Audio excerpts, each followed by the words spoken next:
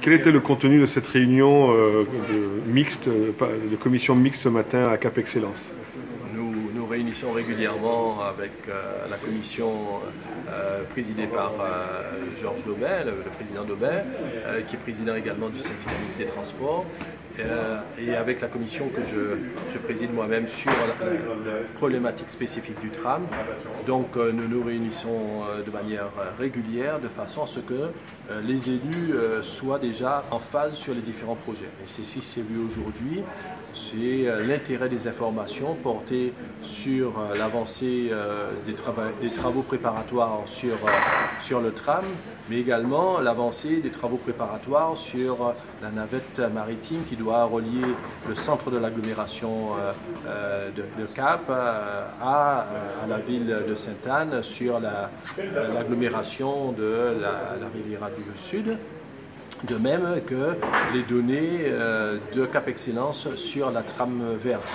On voit qu'il y a un travail de fond préparatoire qui est énorme, qui est fait à l'échelle de notre agglomération, travaux qui alimentent les transformations de notre territoire et les perspectives demain de vivre dans un territoire qui soit à la fois connecté, qui soit branché, sur lequel on puisse avoir des promenades où on vive au quotidien, et également pouvoir sortir et rentrer dans cette agglomération à travers un réseau qui est un réseau multinodal qui comportera aussi bien les transformations du bus qu'on voit avec Carolis, que les navettes qui vont se mettre en place par le SNT, que le TCSP, le tram que nous voulons mettre en place à l'horizon du début des années 2020.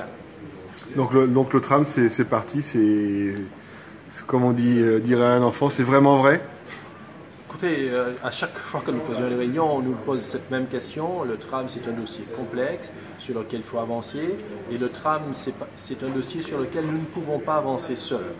Donc, nous avançons très concrètement, mais nous sommes à un stade où l'essentiel est maintenant de rendre très fortes les connexions avec la région et le syndicat mixte des transports et l'agglomération Cap.